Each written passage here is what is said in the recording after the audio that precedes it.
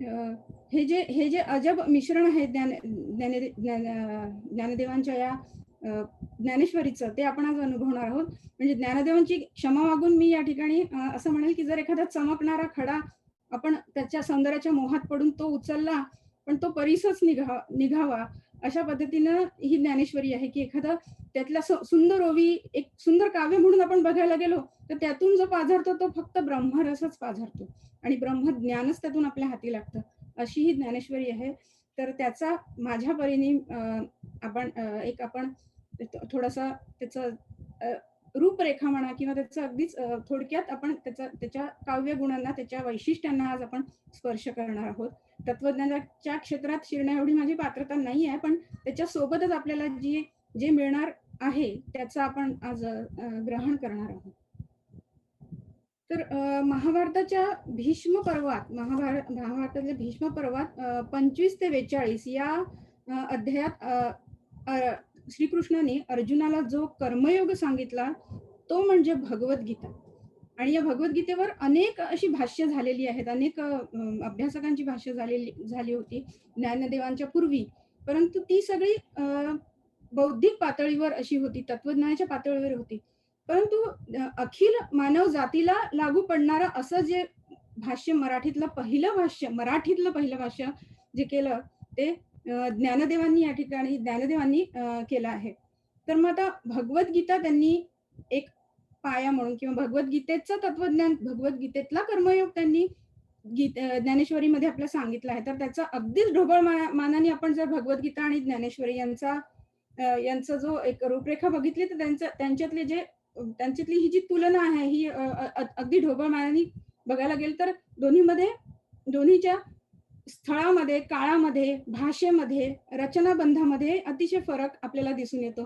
त्याचप्रमाणे त्याची जी व्याप्ती आहे, भगवद्गीतेचे जे श्लोक आहेत ते 700 श्लोक आहेत. म्हणजे युद्धाच्या दरम्यानच श्रीकृष्णाने जे अर्जुनाला सांगितले ते 700 श्लोक, त्यावर 9000 ओव्यांचं असं भाष्य ज्ञानदेवांनी लिहिलेलं आहे.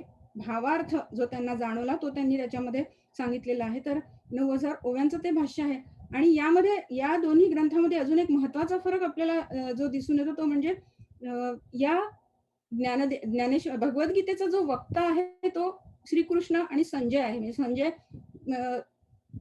संजयाच्या तोंडून ही जी भगवद्गीता आहे ती आपल्याला म्हणजे ती पोचते, व्यासांनी ती पोचवली आहे आणि श्रीकृष्ण ती रणांगणावर अर्जुनाला सांगतो आहे. असे वक्ते आहेत. आणि त्यातले जे श्रोते आहेत ते धृतराष्ट्र आणि अर्जुन. धृतराष्ट्राला जो संजय सांगत असतो तो आणि अर्जुन असा. परंतु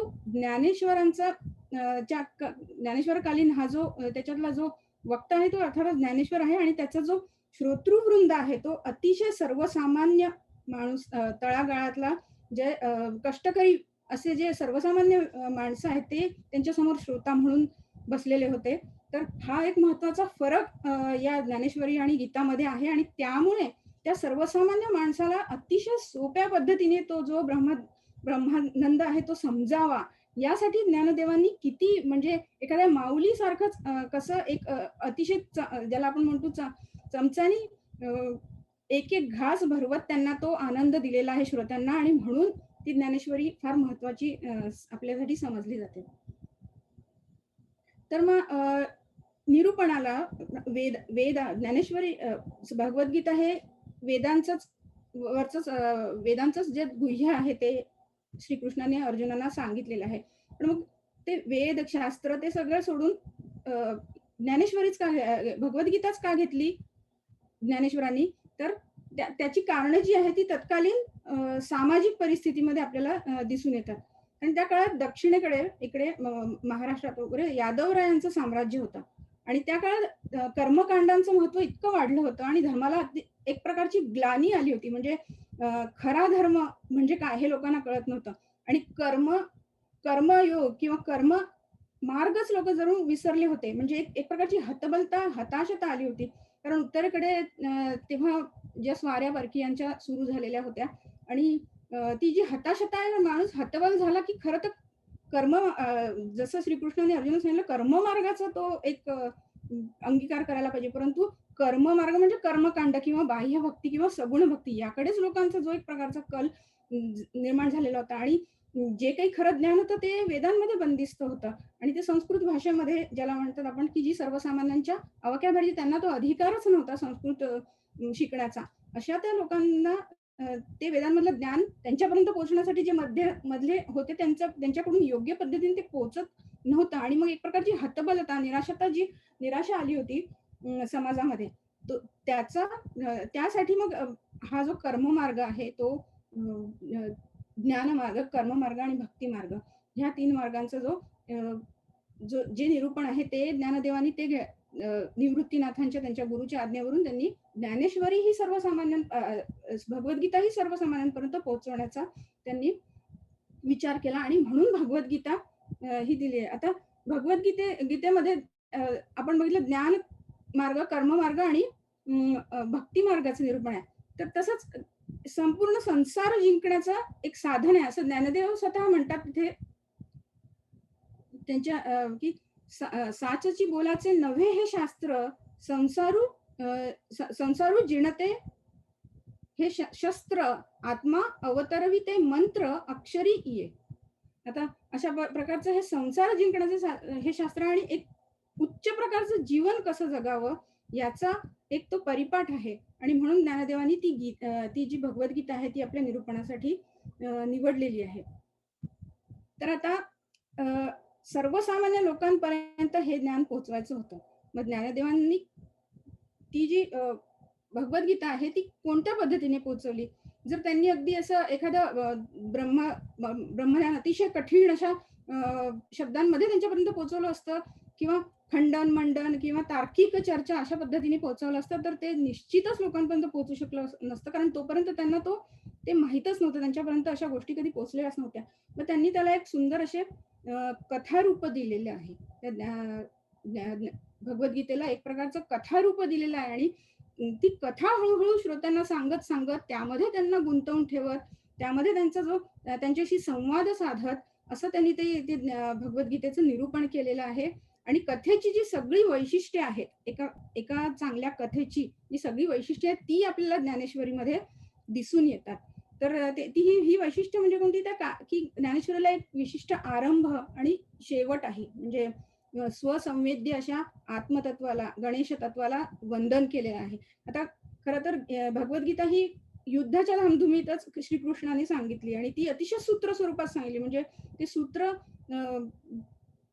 स्वरूपात म्हणजे संक्षिप्त स्वरूपातच ती अशी सांगितली. परंतु ज्ञानदेवांना तशी काही म्हणजे हे नव्हती, की ते योग्य पद्धतीनेच लोकांपर्यंत पोहोचवावं अशा पद्धतीचा त्यांना तो योग्य वेळ घेऊन आणि ते छान विस्तार करून त्यांनी आणि अतिशय हळुवारपणे ती श्रोत्यांपर्यंत पोहोचवलेली आहे. तर त्याला एक आरंभ आणि शेवट आहे. त्याचप्रमाणे त्यामध्ये काय पात्र आहेत. आता ती आपण बघू कोणती पात्र. तसेच प्रसंग वर्णन आहेत. उत्कंठा वाढवणारे असे दृक्श्राव्य असे वर्णन आहेत.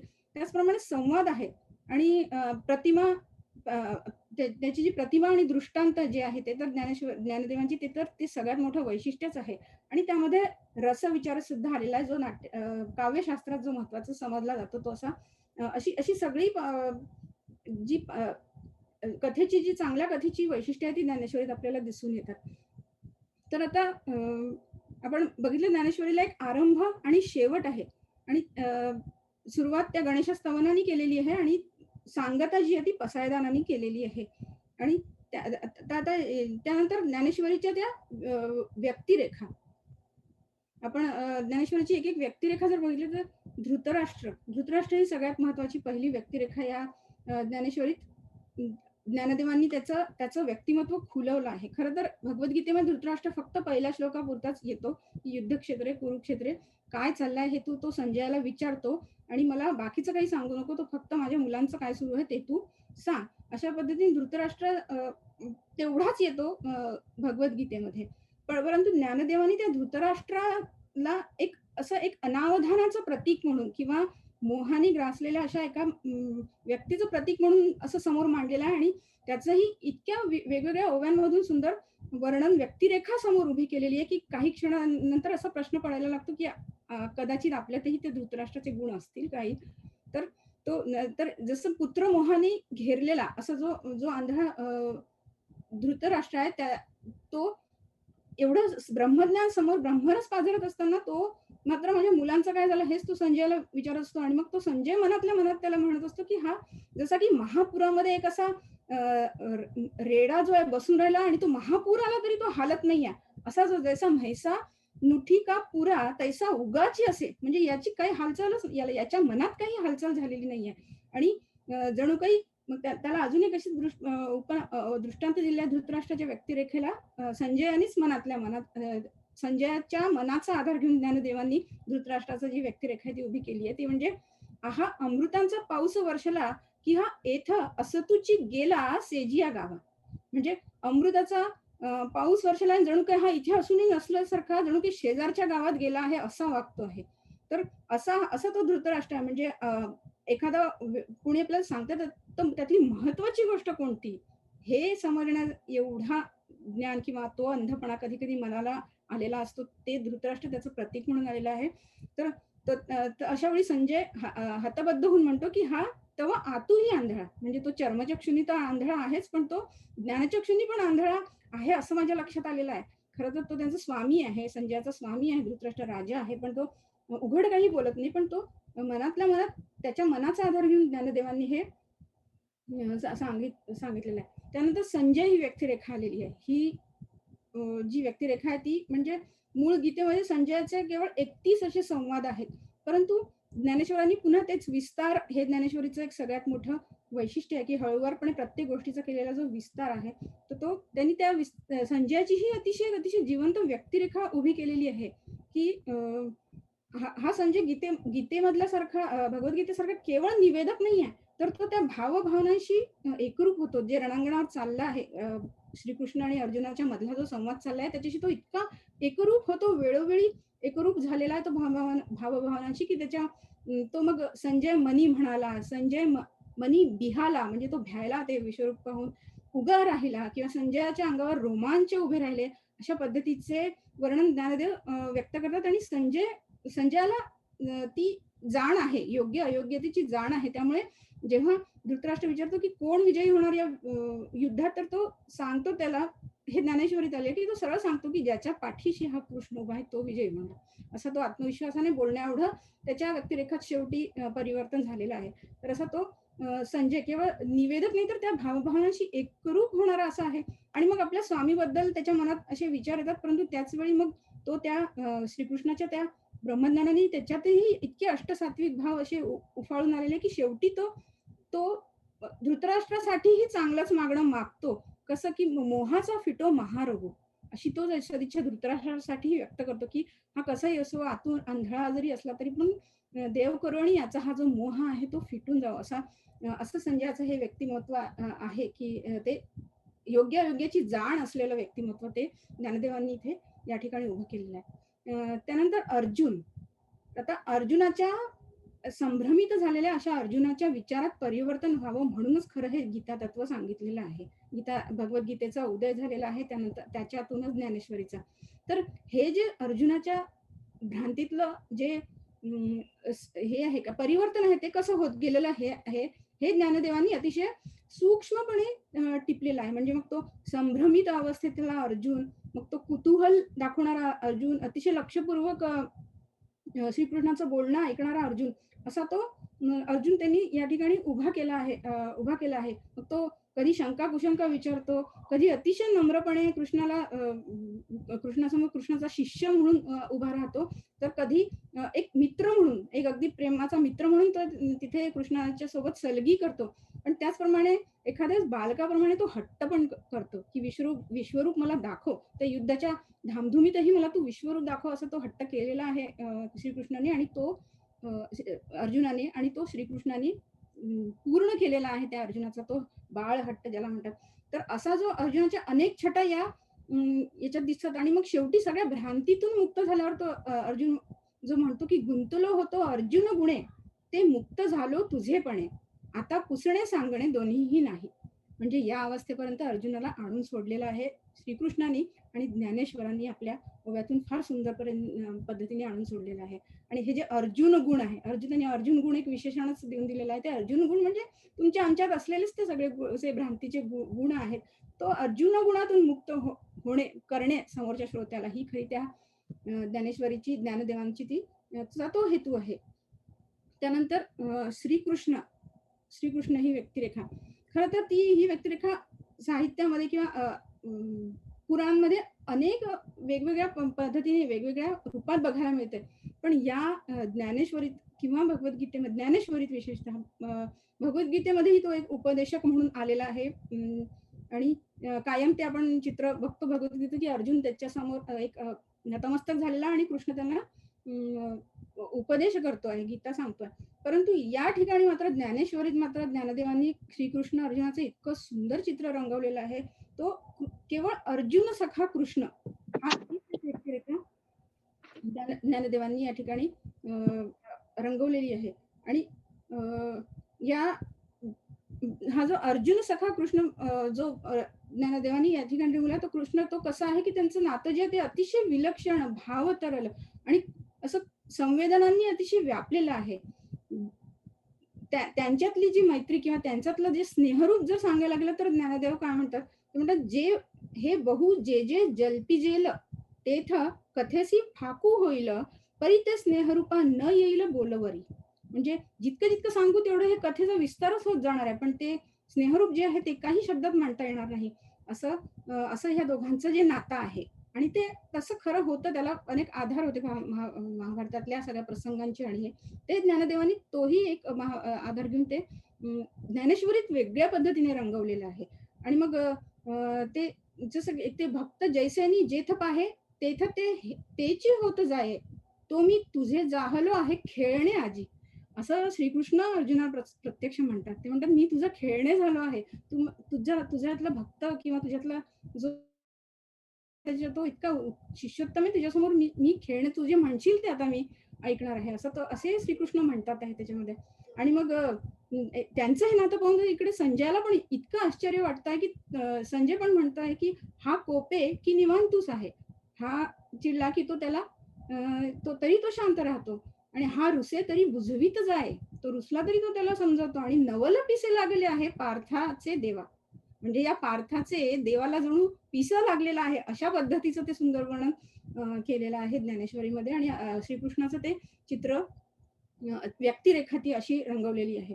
त्यानंतर गुरु निवृत्तीनाथांचा, तर निवृत्तीनाथांविषयी ज्ञानदेवांचा आदर त्यांच्या प्रत्येक साहित्यातून दिसून येतो आपल्याला. तो काही लपून राहिलेला नसतोच. तरी पण निवृत्तीनाथांविषयी बोलताना ते या ठिकाणी पण एक ते म्हणतात, जयाची नी आठवे सारस्वत आवघे आघवे जिव्हेसिये. म्हणजे ज्यांचा आठव होताच संपूर्ण सरस्वती जणू जिभेवर नाचू लागते. म्हणजे हे जे कर्तृत्व आहे ज्ञानेश्वरीचं, ते माझं नाही आहे, तर ते माझ्या गुरुचं आहे, अशा पद्धतीचं. आणि हे ज्ञानदेवांची जी गुरुभक्ती आहे ती खरोखरच इतकी नम्र आणि शिकण्यासारखी आहे. हे त्यांच्या प्रत्येक ओवीतून आपल्याला दिसून आलेलं आहे. त्यानंतर श्रोते ही देखील एक व्यक्तिरेखा म्हणून ज्ञानदेवांनी एक श्रोत्यांचं एक वैशिष्ट्य तिथे मांडलेलं आहे प्रत्येकी. हे आहे श्रोते कसे आहेत, तर ते ज्ञानदेवांना ज्ञानदेव त्यांच्याशी संवाद साधतात आणि त्यांना आपल्या निरूपणामध्ये सहभागी करून घेतात, त्यांना प्रश्न विचारतात, विचार करायला लावतात. आणि मग त्यांची संमती घेतच पुढे जाताना विचारतात की मी पाल्हाळ तर लावत नाहीये ना, मी पाल्हा. म्हणजे श्रोते ही एक व्यक्तिरेखा ही सतत त्यांच्या ज्ञानेश्वरीत त्यांना सोबत असते आणि संवादात ती सहभागी झालेली असते. तर त्या श्रोत्यांसाठी ते श्रोत्यांना मोठेपणा देताना ते या ठिकाणी म्हणतात की अहो चंद्रकांतू द्रवता कीर होय, परी ती हातवटी चंद्री की आहे, म्हणून वक्ता तो वक्ता नव्हे श्रोते विण. म्हणजे चंद्रकांताचा जो पाझरतो प्रकाश, तो ती खरी हातोटी चंद्राची आहे. ती काय ते चंद्रकांत म्हणायची, म्हणजे जे मी बोलतोय माझं जे पाझरताय शब्द रस्ती जी हातोटी आहे ती श्रोत्यांची, तुमची आहे. कारण वक्ता तो वक्ता नव्हे श्रोते विण, असं मोठेपणही ते श्रोत्यांना देतात आणि त्यांना आपल्या या कथेमध्ये सामील करून घेत राहतात असं असतं. आणि आता ज्ञानेश्वरीचं सगळ्यात मोठं वैशिष्ट्य म्हणजे मन ही प्रभावी व्यक्तिरेखा. आता ही एक व्यक्तिरेखा म्हणूनच समोर का आलेली आहे, कारण प्रत्येक पात्राच्या मनातले विचार ज्ञानदेवांनी अतिशय सूक्ष्मपणे टिपलेले आहे आणि ते त्या ओव्यांच्या माध्यमातून मांडलेले आहे. अगदी निसर्गाचे म्हणजे निसर्गाच्याही मनाचे ते जे विचार कारण ज्ञानदेव असे म्हणतात, "इंद्रिया माझी 11वे मन ते मी हे जाणावे." म्हणजे जी 5 ज्ञानेंद्रिय आणि 5 कर्मेंद्रिय आहे, त्यात जे 11वे जे इंद्रिय आहे ते मन. त्याला ज्ञानदेव विसरत नाहीत आणि त्याच्यामुळेच सगळ्या गोष्टी घडतात. त्याचीही आंदोलनं ज्याला म्हणतात ती या ठिकाणी त्यांनी वर्णन केलेली आहे. मग त्या संजयाच्या मनातले विचार असो किंवा अर्जुनाच्या मनातले विचार असो किंवा कृष्णाच्या मनातले विचार असो, ते सगळे अतिशय विस्ताराने ज्ञानदेवांनी या ठिकाणी मांडलेले आहेत. त्याचप्रमाणे एक ही जी कथा आहे ती ज्ञानदेवांनी जे गीतेमध्ये काही ज्या गोष्टी सांगितलेल्या नाहीत त्या सुद्धा या कथेमध्ये विस्ताराने सांगितलेल्या आहेत. आता जसं त्या गीतेमध्ये अर्जुनाने शस्त्र टाकली आणि आता मी युद्ध करत नाही असं म्हणताच श्रीकृष्ण त्याला म्हणतो की अवाच्यवाद, म्हणजे तू जर हे केलं तर अवाच्यवाद होईल. एवढाच एक शब्द आहे की जर तू जर हे शस्त्र टाकले तर तुझ्याबद्दल लोक नाही नाही ते बोलतील. अवाच्यवाद एवढा एक शब्द आहे, पण त्याचा विस्तार करताना अर्जुनाने ज्ञानदेवांनी त्याचा विस्तार इतका असा विस्तृत केलेला आहे. ते हे म्हणती गेला रे गेला अर्जुन आम्हा बिहाला, हा सांगई बोलू उरला निका काही. म्हणजे तू जर हे सोडून गेला तर काय काय होईल याचं ते वर्णन प्रत्यक्ष चित्र डोळ्यासमोर उभं करतात. आणि ते श्रोत्यांनाही म्हणजे मग ते समजतं की खरं हा आता यानंतर जो कर्मयोग श्रीकृष्ण सांगणार आहे तो का, कारण अर्जुनाची ती अपकीर्ती कशी होणार आहे हे याचं एक जे भगवद्गीतेत विस्ताराने न आलेलं वर्णन आहे ते या ठिकाणी ज्ञानेश्वर करतात आणि ती भावना निर्मिती जी आहे, ती उत्सुकता आहे ती आधीच निर्माण करतात. कारण मग त्यानंतर प्रसंग वर्णन, वेगवेगळी प्रसंग वर्णन प्रत्यक्ष एक चित्र उभं राहावं अशा पद्धतीने त्यांनी या ठिकाणी केलेली आहे. जसं ते 6व्या अध्यायातलं कुंडलिनी जी जागृत होते, खरं तर हाही भाग भगवद्गीतेत सविस्तराने आलेला नाहीये, परंतु ज्ञानदेव नाथपंथी होते त्यामुळे कधी कधी ते पंथाचं तत्वज्ञानही ज्ञानदेवांच्या या याच्यामध्ये येत असतं. तर ती जी कुंडलिनी जागृतीचं जे संपूर्ण वर्णन आहे ते म्हणजे असं एखादं असं भव्य, एखादं ज्याला म्हणतात असे ग्राफिक आपल्या डोळ्यासमोर उभं राहावं अशा पद्धतीचं ते वर्णन त्यांनी केलेलं, प्रसंग वर्णन केलेलं आहे. त्यानंतर विश्वरूप दर्शनाचं जे वर्णन आहे ते या ठिकाणी ज्ञानदेवांनी केलेलं आहे. आणि मग असे वर्णनपर ज्या ओव्या आहेत त्या तर फारच आले. त्यातली एक ओवी मग सावळा सकंकणू बाहू पसरोनी दक्षिणू आलिंगिला सवशरणू भक्ती राजू तो हृदय एक झाले ये हृदयीचे ते हृदय घातले द्वैत न मोडता केले आपणा ऐसे अर्जुना. असं जे आहे की अर्जुनाला ते विश्वरूप पाहून त्याला श्रीकृष्णाने त्यानंतर त्याला उगे केले. त्याचं जे तो घाबरले होता त्याला उगे केला आणि त्याला आलिंगनच दिले की आता काही बोलण्याचं उरलंच नाही आणि ते हृदय एक झाले आणि या हृदयीचे त्यांनी त्या हृदय घातले, म्हणजे शब्दांशिवाय. तर ते जे एक असं प्रसंग वर्णन जे केलेलं आहे ते अनेक ज्ञानदेवांच्या ओव्यातून दिसून येते. आता हे ज्ञानदेवांचं जे काव्य सौंदर्य आहे या ज्ञानेश्वरीचं आपण म्हटल्याप्रमाणे ज्ञानदेवांनी हे काव्य सुंदर करण्यासाठी निसर्गातल्या प्रत्येक म्हणजे यच्चयावत अशा गोष्टींचा वापर केलेला आहे. म्हणजे अगदी मुंगीपासून मेरूपर्यंत अशा गोष्टीचा त्यांनी आपल्या दृष्टांतामध्ये वापर केला आहे. त्या जे दृष्टांत दिलेले आहेत, हा ज्ञानदेवांचा चिद्विलासवाद आपण बघितलाच होता अमृतानुभवात की हे जे जग आहे म्हणजे ब्रह्माचा, पुरुष आणि प्रकृतीचा, शिव आणि शक्तीचा जो आहे तो विस्तार आहे, आनंदमय विस्तार आहे, मिथ्या नाही आहे. तर तो चिद्विलास आहे आणि हा चिद्विलास अतिशय आनंददायक आहे. त्यामुळे ज्ञानदेवांचं त्या जगातल्या प्रत्येक वस्तूवर, अचर अशा वस्तूवर इतकं प्रेम आहे की ते त्याचा प्रत्येक प्रतिमेचा छोट्या प्रतिमेचा या ठिकाणी वापर करतात. तर दृष्टांताच्या माध्यमातून ते हे सगळ्या गोष्टी समजावून सांगतात. आता दृष्टांतामध्ये पण जे 2 दृष्टांत असतात, 2 प्रकारचे दीपदृष्टांत आणि चंद्रिका दृष्टांत असे 2 प्रकार आहेत. दीपदृष्टांत म्हणजे फक्त दिव्यासारखा, म्हणजे एक वाट दाखवणारा एक दिवा, वाटाड्या असतो.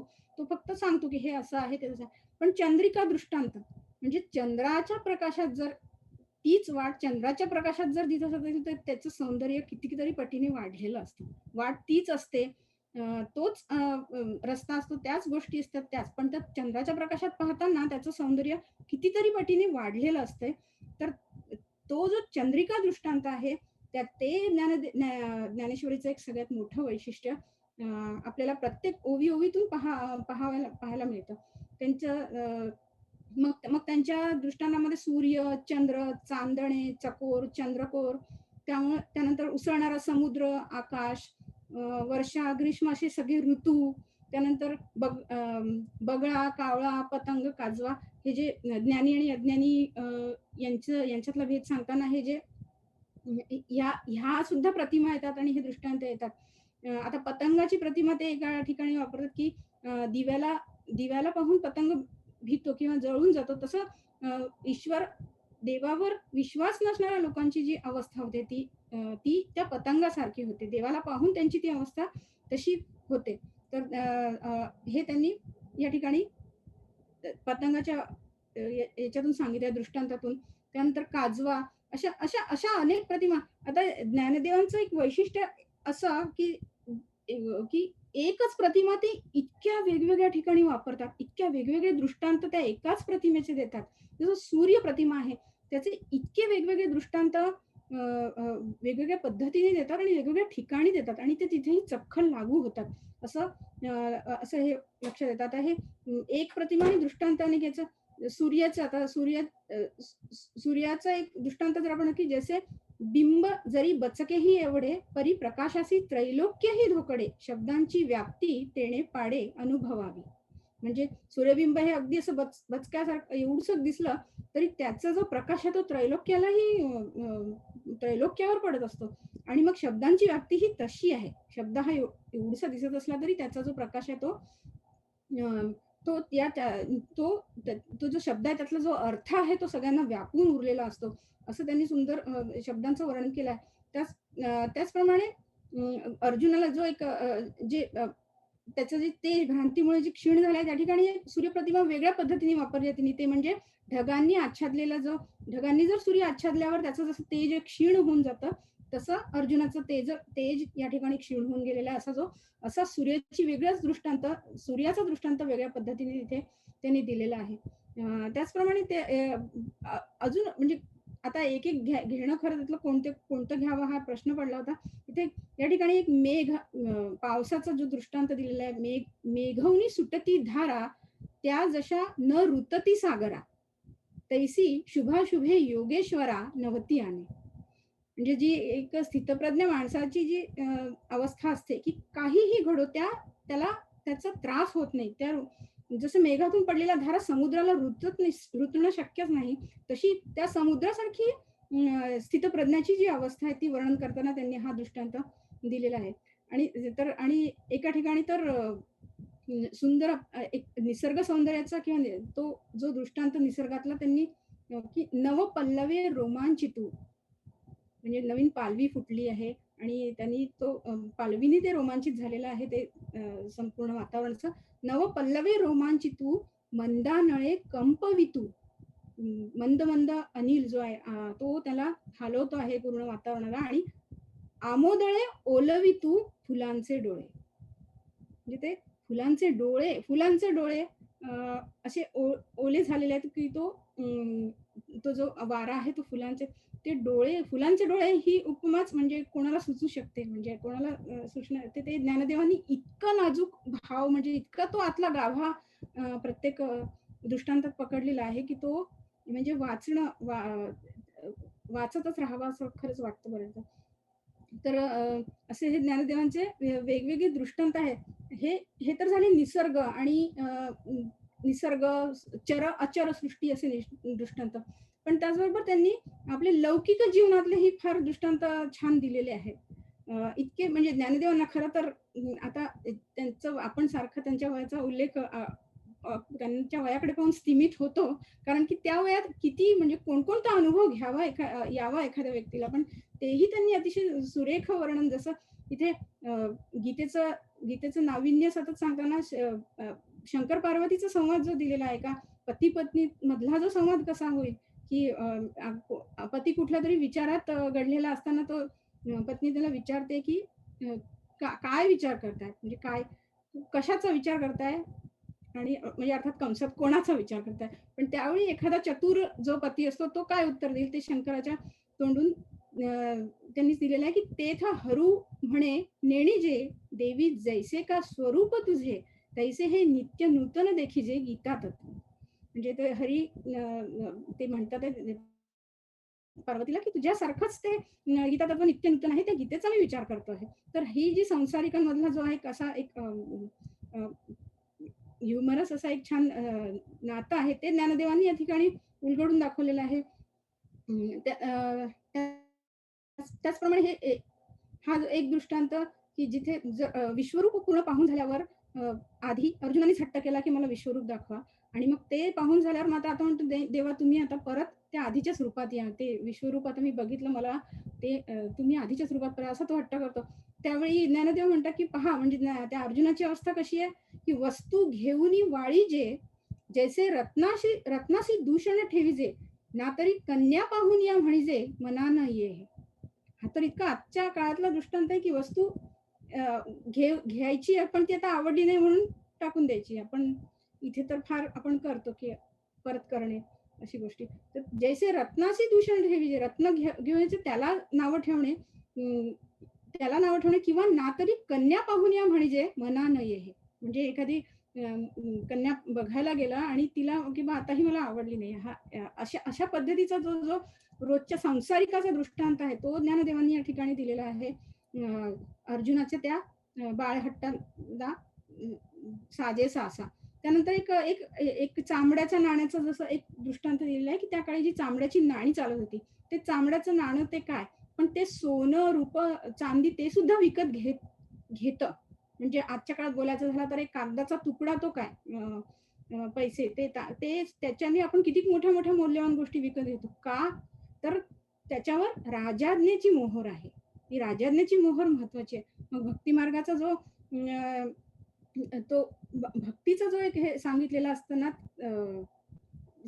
सांगताना ज्ञानदेव ते म्हणतात, की तसंच आपलं जे जीवन आहे, जीवन काय तेवढं नाही, पण त्याला भक्तीवर त्याच्यावर जर भक्तीची मोहर लागली, तर आपण अ, ब्रह्मरसाची प्राप्ती करून घेऊ शकतो किंवा कितीही ते मोलाचं जे वाटतं आपल्याला महाग वाटतो तो ब्रह्मरस, तोही आपण केवळ भक्तीच्या एका मोहरेमुळे तो आपल्या ज्या सर्वसामान्य जीवनावर जर भक्तीची मोहर लागली, तर तो आपण प्राप्त करण्यास योग्य होऊ शकतो, असं ज्ञानदेवांनी या ठिकाणी सांगितलेलं आहे.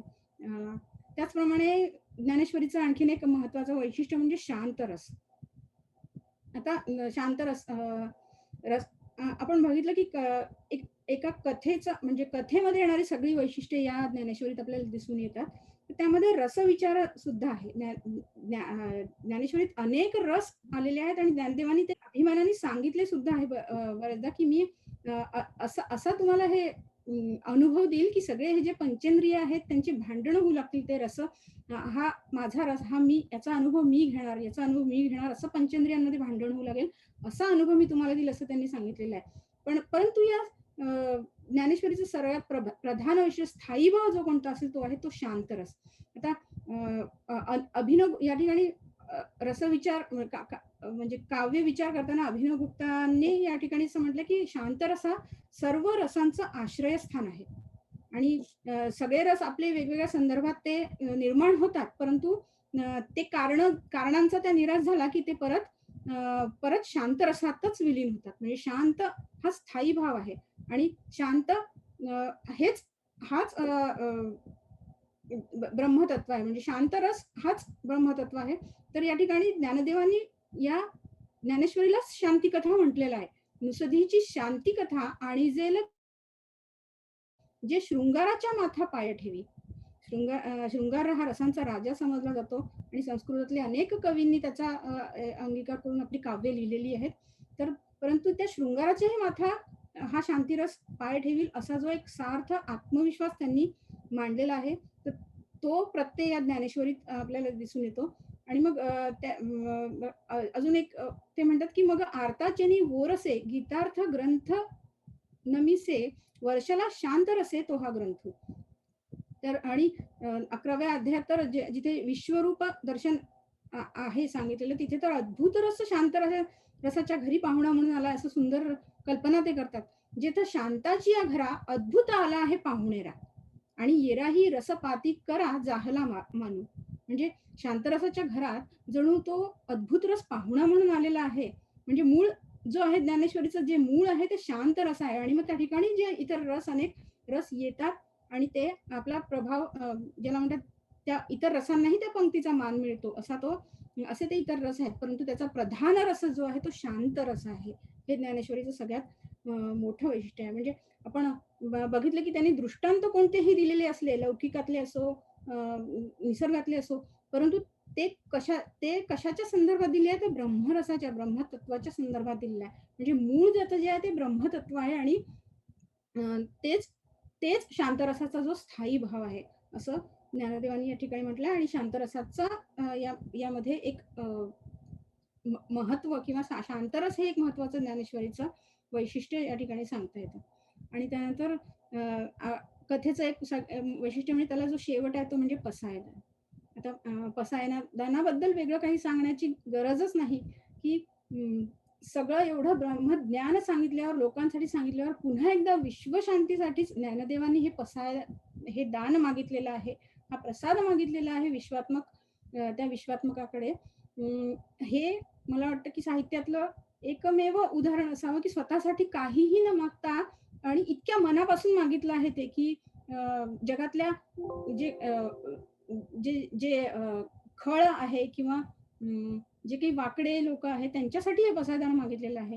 ह्या पसायदानावर फार सुंदर सुंदर विवेचने आपल्याला युट्यूबवर वगैरे बघायला मिळतीलच, त्यामुळे त्याच्याबद्दल वेगळं काही सांगण्याची गरजच नाही. तर असं हे पसायदान हा ज्ञानेश्वरीचा शेवट म्हणण्यापेक्षा सर्वोच्च बिंदू आहे असं आपण म्हणू.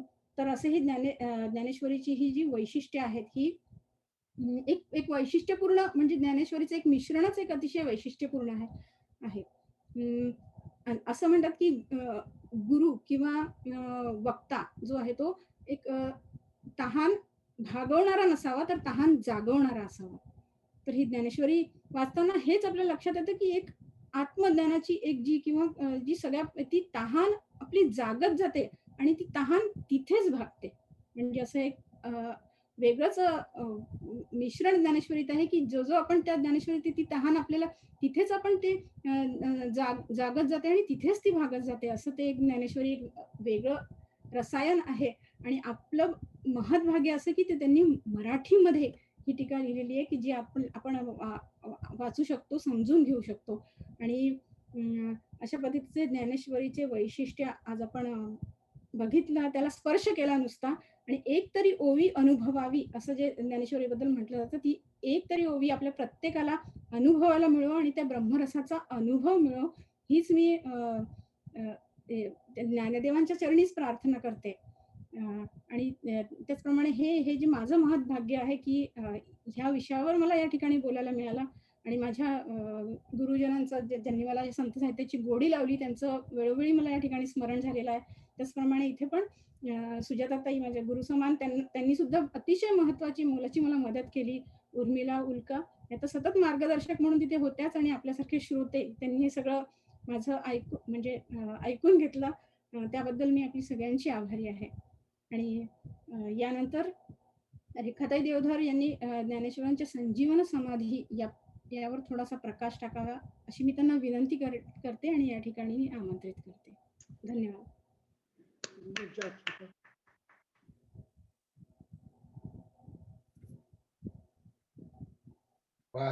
खूपच छान, खूप सुंदर, अप्रतिम शिल्पा. Thank you so much. गेले 4 आठवडे आम्ही माऊलींच्या ज्ञानाच्या रसाचा आनंद घेतो आहोत तुझ्याकडून.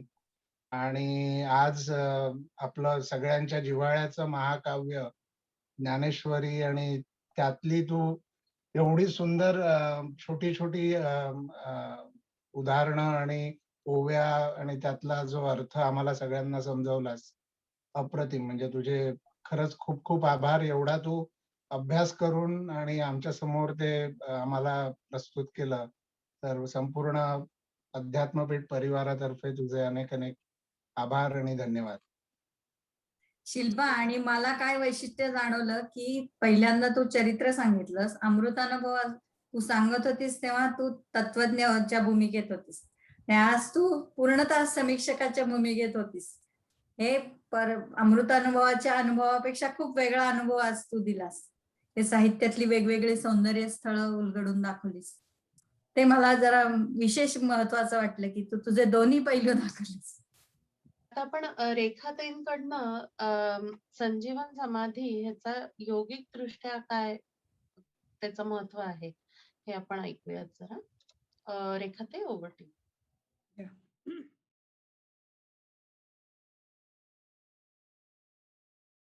आता शिल्पाने आपल्याला इतकं सुंदर तत्वज्ञानी ज्ञानेश्वर, साहित्यिक ज्ञानेश्वर, कवी ज्ञानेश्वर हे सगळं आपल्याला सांगितलं, त्यांचं वाङ्मय.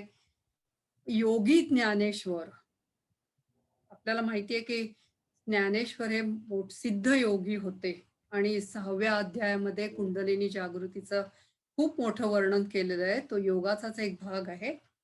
तर आपण नेहमी बोलत असतो की त्यांनी पाठीवरती मुक्ताबाईला मांडे भाजायला दिले. तर माझ्याकडे हे जे पुस्तक आहे, मला दाखवते मी. पातंजल योग दर्शन असं त्या पुस्तकाचं नाव आहे. आणि कृष्णाजी केशव कोल्हटकर यांनी प्रत्येक पतंजलीच्या योगसूत्राचं विवेचन केलेलं आहे आणि अतिशय सुंदर विवेचन केलेलं आहे. त्याच्यामध्ये सगळ्या सिद्धी, अंतर्धान पावणं, परकाया प्रवेश करणं, हेल्थ म्हणजे काय संपत म्हणतात त्यांना, दुसऱ्याच्या मनातलं ओळखणं, हे सगळं कसं करता येतं, या सगळ्याचं विवेचन या पुस्तकात आहे. त्याच्यामध्ये आपण जे मांडे भाजले हे ज्याचं वर्णन जे ऐकतो नेहमी, त्याच्याबद्दल त्यांनी असं सांगितलंय की आपल्या शरीरामध्ये पंचप्राण असतात. ते म्हणजे प्राण, अपान, उदान, व्यान आणि समान. या प्रत्येक प्राणावरती ह्या योग्यांना कंट्रोल करता येतो. आणि त्यातल्या समान योग नाही का, समान प्राणावरती जेव्हा त्यांना कंट्रोल करता येतो किंवा त्यांनी म्हटलंय जय मिळवता येतो, समानाच्या योगाने अन्नाचे रूपांतर शरीरोपयोगी रसरक्तादिकात होत असता जी रासायनिक क्रिया घडते, तिच्या योगाने शरीरात उष्णता उत्पन्न होत असते. उष्णतेची विशिष्ट मर्यादेपर्यंत वाढ झाली की ती तेज रूपाने परिणाम पावते. विस्तवात टाकलेला लोखंडाचा गोळा प्रथम तापू लागतो आणि विशिष्ट मर्यादेपर्यंत तापला की तो अग्नीप्रमाणे लाल भडक होतो. तसंच समान जय झाला असता, म्हणजे समान वायूवरती कंट्रोल झाला असता, योग्याला आपला कायाग्नी म्हणजे शरीराचा अग्नी एवढा वाढवता येतो की त्याच्या शरीरातून साक्षात ज्वाला निघू शकतात. आणि याची त्यांनी 2 उदाहरणं दिली आहेत. एक म्हणजे ज्ञानेश्वरांनी पाठीवरती मांडे भाजले आणि दुसरं कपिल मुनींनी आपल्या शरीरातून अग्नी निर्माण करून त्यात सगराचे पुत्र जाळून टाकले. आपण नेहमी म्हणतोय काय खरं असेल का वगैरे असं म्हणत असतो आपण, मांडे पाठीवर कसे भाजता येतील किंवा असं काही. पण या पुस्तकाप्रमाणे तरी, आणि ते सूत्र आहे समान जयात प्रज्वलनम, असं ते पतंजलीचं सूत्र आहे. समानाचा जय झाला असता कायाग्नी प्रज्वलित होतो, असा त्याचा अर्थ आहे. आणि त्याचं असं विवेचन दिलंय त्यांनी. आता आपलं शरीर पंचमहाभूतांनी बनलेलं आहे, बरोबर. आणि ह्या पुस्तकामध्ये ज्ञानेश्वरीमध्ये पण ते आहे. प्रसव आणि प्रतिप्रसव हे 2 शब्द या पुस्तकात वापरलेले आहेत. प्रसव म्हणजे एका ओरिजिनल गोष्टीपासून नवीन गोष्ट बनवणं. आता नेहमीचं आपलं उदाहरण म्हणजे मातीपासून त्याचा पाणी घालून चिखल करायचा आणि चिखलाचं मडकं करायचं. हे मडकं तोडून नाही तर मडकं करायचं, हा प्रसव झाला म्हणजे काहीतरी निर्माण केलं. आणि त्याच्या बरोबर उलट म्हणजे प्रतिप्रसव म्हणजे ते मडकं फोडायचं, मग तो चिखल होईल, मग तो चिखल वाळवला की त्याची माती होईल. म्हणजे 2 दिशांनी. आणि तेच आपल्या दासबोधामध्ये 11व्या दशकामध्ये उभारणी आणि संहार आणि अशा 2 गोष्टी दिलेल्या आहेत. त्या पंचमहाभूतांबद्दलच्या आहेत. ते असं आहे की आकाशापासून वायू होतो, हा तो प्रत्यय येतो, वायूपासून अग्नी जो तो सावधायिका. वायूची कठीण घिसणी तेथे निर्माण झाला वन्ही, मंद वायो शीतळ पाणी तेथुनी झाले. आपापासून झाली पृथ्वी ते दाना बीज रूप जाणावी, बीजापासून उत्पत्ती व्हावी हा स्वभावाची असे. म्हणजे आकाशापासून वायू होतो, वायूपासून अग्नी होतो, अग्नीपासून पाणी होतं आणि पाण्यापासून पृथ्वी निर्माण होते. आणि आपल्या शरीरात आपलं शरीरही या पंचमहाभूतांनीच बनलेलं आहे. तर हा क्रम उलट करता आला तर तुम्ही म्हणजे हे योगी आकाश तत्वात विलीन होऊ शकतात. आणि ह्याचं वर्णन इथे असं केलेलं आहे ह्या पुस्तकात की आपला देह हा पंचमहाभूतांनी जरी बनला असला तरी म्हणतात त्याला की तो 17 तत्वांनी बनलेला आहे. आणि 17 तत्व कुठची तर 5 कर्मेंद्रिय, 5 ज्ञानेंद्रिय, 3 गुण म्हणजे सत्व, रज आणि तम, आणि अंतःकरण चतुष्टय. अंतःकरण चतुष्टय म्हणजे मन, चित्त, बुद्धी आणि अहंकार अशी 17 तत्व झाली. या सगळ्या 17 तत्वांनी आपला सूक्ष्म देह बनलेला आहे. आणि आपल्याला जो दिसतो तो आपला स्थूल देह. आता ह्या जीवभावाची उपाधी असलेला आणि 17 तत्वांनी बनलेला असा जो सूक्ष्म देह तो स्वकारणात विलीन होताच त्याचा अर्थात स्थूल देहाशी संबंध न राहिल्याने स्थूल देह अचेतन होऊन पडतो. मग सृष्टी नियमानुसार असलेल्या कालक्रमाने आणि निमित्ताने त्या देहातील व्यष्टीभूत पृथ्वी, आप, तेज, वायू आणि आकाश ही आपापल्या महाभूतात विलीन होतात. ह्याला त्यांनी विदेह मुक्ती असं म्हटलेलं आहे. सो हीच गोष्ट हे योगी करू शकतात अशी की परत उलट्या क्रमाने मागे जायचं. आणि असं मी आता वाचलेलं आहे, संजीवन समाधी असं त्याला म्हटलेलं आहे. आणि मी काल एक छोटासा व्हिडिओ टाकलाय मला जो सापडला तो, त्याच्यातही त्या गृहस्थांनी असंच म्हटलंय. आता हे मी फक्त वाचलेलं, मी पडताळून पाहणं या गोष्टी काही शक्यच नाही. त्याला खूप मोठं मेडिटेशन आणि सगळं लागतं. धनंजय आज नाहीये का? धनंजय जोशी सारख्या कोणी असे काही प्रयत्न केले, अंतर्धान पावणं वगैरे हे. पण म्हणजे आपल्याला जे वाटतं की हे सगळं खोटं आहे, तर ह्या पुस्तकाप्रमाणे पतंजली योगदर्शनाप्रमाणे ते खोटं नाहीये. फक्त आता कोणी त्या लेव्हल पर्यंत पोहोचू शकत नाही म्हणून आपल्याला ते खोटं वाटतं. खूप छान. बाकी नाही तर माझी योग्यता काही नाही. नाही नाही, तुमचं पण त्याच्यावर तुम्ही प्रकाश टाकलात. प्रकाश टाकून हा एवढं म्हणजे ह्या पुस्तकात वाचून मला जे काय कळलं, ते पुस्तक 10 वेळा वाचलं तरी कळायला कठीण आहे असं पुस्तक आहे ते.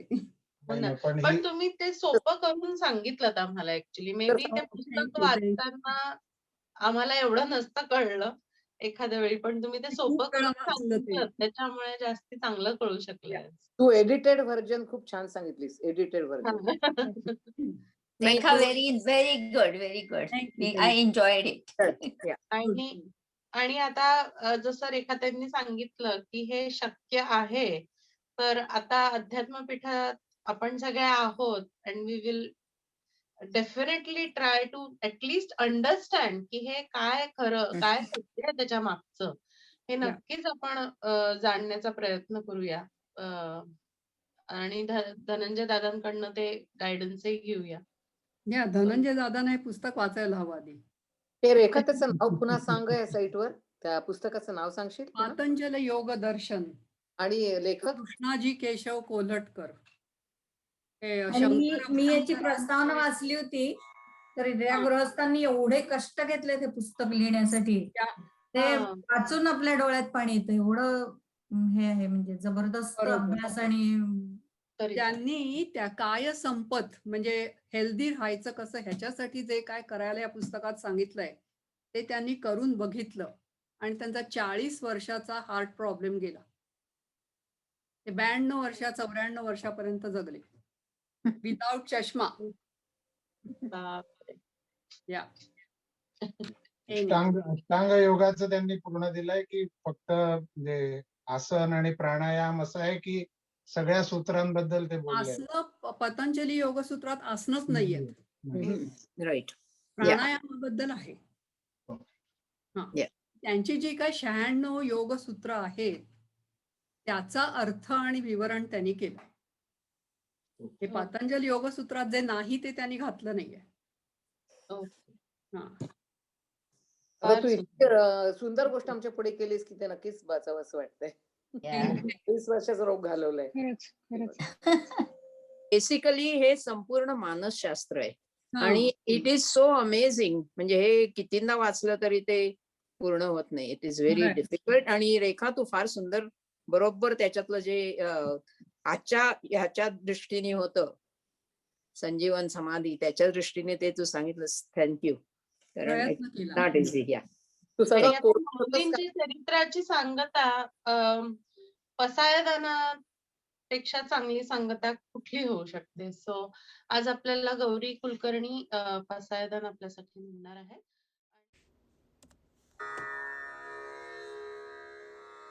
आता विश्वात्मके देवे येणे वाग्यज्ञे तोषावे तोषोनी मज द्यावे पसायदान हे जे खळांची व्यंकटी सांडो तया सत्कर्मी रती वाढो भूता परस्परे पडो मैत्र जीवाचे दुरितांचे तिमिरसा विश्व स्वधर्म सूर्ये पाहो जो जे वांशील तो ते लाहो प्राणी जात वर्षत सकळ मंगळी ईश्वर निष्ठांची मांदियाळी अनवरत भूमंडळी भेट तू भूता चला कल्पतरूंचे आरव चेतना चिंतामणींचे गाव बोलते जे अर्णव पियुषाचे चंद्रमेजे अलांछन मातंड जे तापहीन ते सर्वाही सदा सज्जन सोय रे होतु किंबहुना सर्व सुखे पूर्ण होनी तिन्ही लोकी भजिजो आदि पुरुकी अखंडित आणि ग्रंथोपजीविये विशेषी लोकीये दृष्टादृष्ट विजये होआवे जी ये तेथ म्हणे श्री विश्वेश्वराय, हा होईल दान पसाओ, येणे वरे ज्ञान देओ, सुखिया झाला.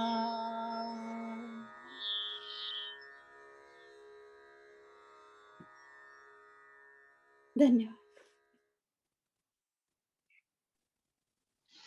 वा. माऊली सुंदर. फार सुंदर. एकदम Thank you. ऍप्ट सांगता झाली माऊलींच्या चरित्राची. खरं thank you so Thank you. Much Gauri. Thank you thank you. मला ही संधी मिळाली तीच माझं भाग्य आहे. नाही, खूप सुंदर, शांत वाटलं मनाला. थँक्यू. आता माऊलींच्या चरित्रानंतर जसं आपण शिल्पाकडून ऐकलं आज भगवद्गीतेबद्दल, तसंच मी रजनीताईंना आमंत्रित करते की त्यांनी आपला जो दुसरा अध्याय चालू आहे त्यातील श्लोक आणि त्याचं निरूपण त्यांनी आपल्याला सांगावं. वसुदेव सुतं देवं कंसचाणूरमर्दनं देवकी परमानंदं कृष्णं वंदे जगद्गुरुं. फक्त एक गोष्ट मी सांगू इच्छिते की पातंजल योग सूत्राचं जे आता सांगितलं ना, तर ते शंकर अभ्यंकरची बायको जी आहे अपर्णा अभ्यंकर, त्यांच्या आजोबांनी हे लिहिलेलं आहे, कृष्णाजी केशव कोल्हटकर. आणि त्यांना त्याबद्दल डिलिटल ही पदवी सुद्धा भारताने त्यांना दिलेली होती. आणि पातंजल योग सूत्र हे जे बेसिक जे सूत्र आहे ना, ते गीतेच्या आधी लिहिलेलं आहे, पातंजल ऋषींनी लिहिलेलं आहे आणि गीतेच्या आधी त्याचं भाष्य झालेलं आहे. आणि खरंच आहे, म्हणजे कळायला अतिशय अवघड आहे, पण कळलं तर त्याच्या इतकं मानसशास्त्र आपल्याला जगामध्ये कुठेही मिळणार नाही. इतक्या बारीक बारीक बारीक बारीक गोष्टी त्यांनी उलगडून त्याच्यामध्ये दाखवलेल्या आहेत. आणि त्याच्यामध्ये कृष्णाजी केशव कोल्हटकर यांनी अतिशय त्याचं विस्तृत वर्णन त्याच्यामध्ये केलेलं आहे. म्हणून म्हटलं सुरू करायच्या आधी मला ते थोडंसं मेन्शन करावं असं वाटलं. आणि फक्त एवढं सांगायचं होतं की जे आपल्याकडे सूत्र जे सांगितलेले आहे, त्या योग सूत्र जसं हे पातंजल योग सूत्र आहे, फार थोडी सूत्र त्यातलं हे एक आहे पातंजल योग सूत्र, कारण ते सर्वात जुनं आहे, गीतेपेक्षा सुद्धा आधीच ते सूत्र आहे. म्हणून मला थोडंसं मेन्शन करावं असं वाटलं. तर आपण सुरू करूयात. 15 मिनिटात मी हे करायचा प्रयत्न करेन. ओम पार्थाय प्रतिबोधितां भगवतां नारायणेन स्वयं व्यासेन ग्रथितां पुराणमुनिनां मध्ये महाभारतम् अद्वैतामृतवर्षिणीं भगवतीम् अष्टादशाध्यायिनीम् अम्ब त्वाम् अनुसन्दधामि भगवद् गीते भवद्वेषिणीं। नमोऽस्तु ते व्यास विशाल बुद्धे फुल्लारविन्दायत पत्रनेत्र येन त्वया भारत तैलपूर्ण प्रज्वालितो ज्ञानमय प्रदीप प्रपन्न पारिजाताय स्तोत्रवेत्रैकपाणये ज्ञानमुद्राय कृष्णाय गीतामृतदुहे नमः। वसुदेवसुतं देवं कंसचाणूरमर्दनं देवकी परमानंदं कृष्णं वंदे जगद्गुरुं। आपण आता सध्या दुसऱ्या अध्यायामध्ये आहोत. तर दुसऱ्या अध्यायातले 5-5 श्लोक आपण घेणार आहोत. तर मागच्या वेळेस आपण 10 पर्यंत आलो आहोत. आता 10 ते 11, 12, 13, 14, 15 हे 5 घेऊयात.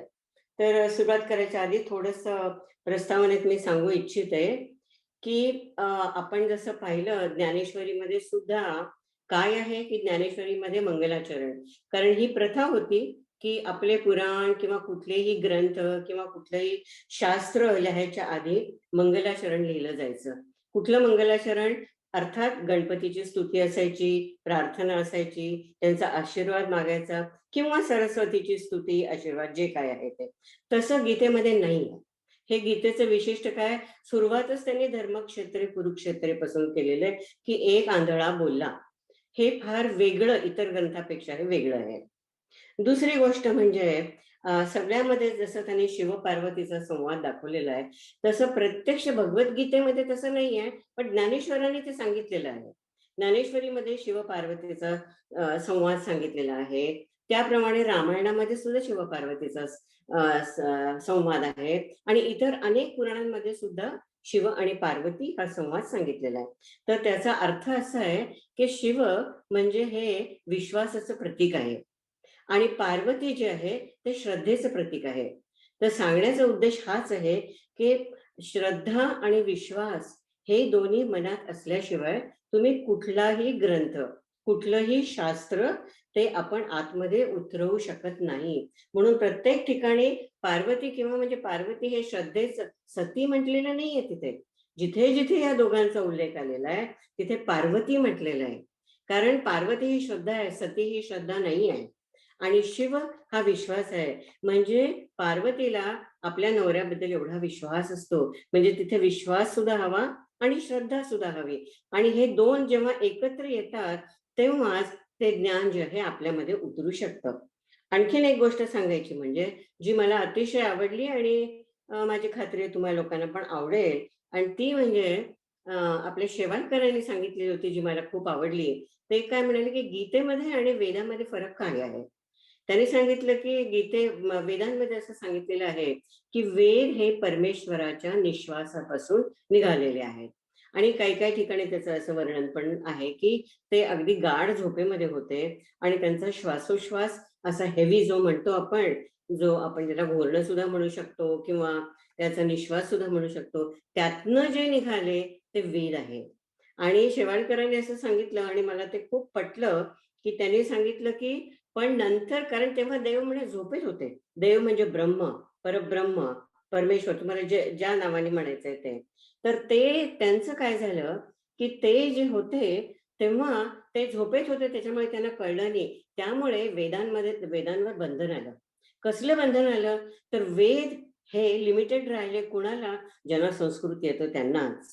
जे ब्राह्मण, तिघांना वेदाध्ययन करायची मुभा होती. कोण तर ब्राह्मण वेद वाचू शकत होते, क्षत्रिय पण वाचू शकत होते आणि वैश्य पण. शूद्रांना नाही, स्त्रियांना नाही, कोणाला नाही. त्याच्यामुळे ह्या लोकांना बाजूला केलं होतं वेदांपासून. त्याच्यामुळे वेद हे काय झालं की लिमिटेड राहिले, त्याच्यामुळे लोकांच्या पर्यंत पोहोचले नाही, सगळ्या लोकांच्या पर्यंत ते पोहोचले नाही. आणि ते कार्य जे आहे ते ज्ञानेश्वरांनी पूर्ण केलं. म्हणून त्यांनी सांगितलं की जेव्हा परमेश्वर परब्रह्म जेव्हा म्हणे जागे झाले तेव्हा त्यांच्या लक्षात आलं की अरेच्छा, आपण हे काय केलं, ह्याला असं कसं बंधन घातलं. या ज्ञानावर प्रत्येकाचा अधिकार आहे, त्याला आपण असं बंधन घालू शकत नाही. तर त्यावेळेला त्यांनी असं केलं की नाही, हे बरोबर नाही, आपल्याला हे करायला पाहिजे. तेव्हा त्यांनी कृष्णाचा अवतार घेतला. तेव्हा त्यांनी गीता सांगितली. ते प्रत्यक्ष ते पूर्णपणे जागे असताना, भानावर असताना, ह्याच्यात असताना सांगितली. आणि गीतेमध्ये मग वेळोवेळी सांगितलेलं आहे की ह्याच्यावर सगळ्यांचा अधिकार आहे. स्त्रियो वैश्या सता शूद्र स्तेपी यांती पराम गतिम. प्रत्येकाला तो अधिकार आहे. आपण जर जीव आहोत तर मुक्तीचा अधिकार सगळ्यांना आहे. आपण जर जीव आहोत तर तत्वाचा, ज्ञानाचा ते समजून घ्यायचा, त्याचा अनुभव करायचा हा अधिकार सगळ्याचा आहे. हा फक्त ब्राह्मणांचा नाही आहे. हा फक्त म्हणून जे वेदात सांगितलंय त्याची म्हणे त्याने दुरुस्ती कशामध्ये केली तर त्याने गीतेमध्ये केली. आणि ते ज्ञानेश्वराने पुढे ते आणखीन सोपं करून, आता जसं आपण पाहिलं जे आपले शास्त्र ग्रंथ सांगितलेले आहेत ना, ज्या ज्या भागामध्ये ज्या ज्या वेळेला जी परिस्थिती होती त्याप्रमाणे त्या लँग्वेजेस मध्ये, त्या भाषेमध्ये त्या लोकांनी उपलब्ध करून घेतले वेगवेगळ्या संतांनी. जसं तुलसी रामायण अवधी भाषेमध्ये आहे, कंब रामायण साऊथ मध्ये आहे, तमिळ भाषेमध्ये आहे. त्याप्रमाणे त्यांनी वेगवेगळे, नंतर आपलं वाल्मिकी रामायण तर संस्कृत मध्ये आहे, ज्ञानेश्वरी मराठीमध्ये लिहिले. आणि ते ज्ञानेश्वरीची मराठी भाषा सुद्धा आपल्याला सहजासहजी समजत नाही, इतकी काही सोपी भाषा नाही आहे. पण ते जर आणखी थोडी वर्ष आपण पुढे गेलो तर रामदासांनी जो दासबोध लिहिलेला आहे तो आणखीन कळायला सोपा आहे, कारण काळ बदललेला होता, त्यावेळेला भाषा बदललेली होती. म्हणून रामदासांचा हा दासबोध जो आहे आणि तो दासबोध जो आहे तो आणखीन सरळ मराठी भाषेमध्ये लिहिला गेलेला आहे. तर याप्रमाणे असा बदल होत गेलेला आहे. तर आता आपण आपल्या ह्याच्याकडे वळूया आणि तर त्याच्यामध्ये काय आणखीन एक गोष्ट म्हणजे ज्ञानेश्वरांनी मगाशी शिल्पाने जसं सांगितलं अगदी तंतोतंत खरं आहे की हे इतकं रसाने भरलेली आहे ज्ञानेश्वरी, पण शांतरस त्याच्यामध्ये प्राधान्यता आहे. आणि शांतरसामध्ये कारण त्याच्यात स्थिर होऊन त्याचं आसन करून ज्ञानेश्वरी सांगितलेली आहे. पण रामदासांच्या दासबोधामध्ये शांतरस नाहीये. शांतरस खरं म्हणजे बेसिक सगळ्यांचाच असतो, कारण मन स्थिर असल्याशिवाय शांत असल्याशिवाय ज्ञानाची प्राप्ती होऊ शकत नाही. पण तरी सुद्धा दासबोधामध्ये त्यांनी वीररस भरलेला आहे सगळीकडे. का तर त्यावेळेस त्या परिस्थितीची समाजाची ती मागणी होती, लोकांना जागवायचं होतं, म्हणून रामदासांनी तो रस जास्त भरलेला आहे जो आपल्याला दासबोधामध्ये दिसतो. आता दुसऱ्या अध्यायामध्ये जेव्हा आपण येतो तर तेव्हा काय होतं की दुसऱ्या अध्यायामध्ये आपण पाहिलं की अर्जुनाच्या मनाच्या वेगवेगळ्या स्थिती दाखवलेल्या गीतेमध्ये. त्याच्यामुळे आपण अगदी बारकाईने बघावे लागतं की पहिल्या अध्यायापासून दुसरा तिसरा जसे जसे आपण जातो 18व्या अध्यायापर्यंत, तेव्हा अर्जुनाच्या मनामध्ये कसे कसे बदल होतात, त्याची म्हणजे पर्सनॅलिटीच बदलून जाते. पहिल्या अध्यायातली त्यातली पर्सनॅलिटी बघावी आणि 18व्या अध्यायातली शेवटी अर्जुनाची पर्सनॅलिटी बघावी, तर त्याच्यामध्ये जमीन आसमानाचं अंतर आहे. पहिल्या अध्यायातच अर्जुन 3 तऱ्हेच्या स्थितींमधून जातो आणि हे सगळं आपल्याला लागू आहे. आपल्या संसारामध्ये जेव्हा आपण जन्म घेतो आणि जसं आपल्याला वेगवेगळ्या संकटांना तोंड द्यावं लागतं, तेव्हा आपल्यावर जशी जशी संकट येतात त्याप्रमाणे आपल्या मनाची मनस्थिती होते. पहिल्यांदा जेव्हा अर्जुन येतो तेव्हा अगदी पूर्ण वीर रसामध्ये असतो तो, की अगदी पूर्ण इतका सज्ज होऊन आलेला असतो की मला लढायचंय आणि मला हे करायचंय. मग नंतर जसा हळूहळू जातो आणि जेव्हा आत्मजन वगैरे आप्तजन वगैरे त्या लोकांना बघतो तेव्हा तो गळून जातो आणि त्याच्यातला आत्मविश्वास हळूहळू जायला लागतो. म्हणून त्याला विषाद योग असं म्हटलेलं आहे, म्हणजेच डिप्रेशन. माणूस जेव्हा डिप्रेशन मध्ये जातो तेव्हा त्याला काही सुद्धा समजत नाही. आता जे कोणी थोडे सायकॅट्री मध्ये असतील त्यांना हे जरा जास्त समजेल की माणूस जेव्हा डिप्रेशन मध्ये जातो तेव्हा उपदेश बिपदेश काही सुद्धा कामाला येत नाही.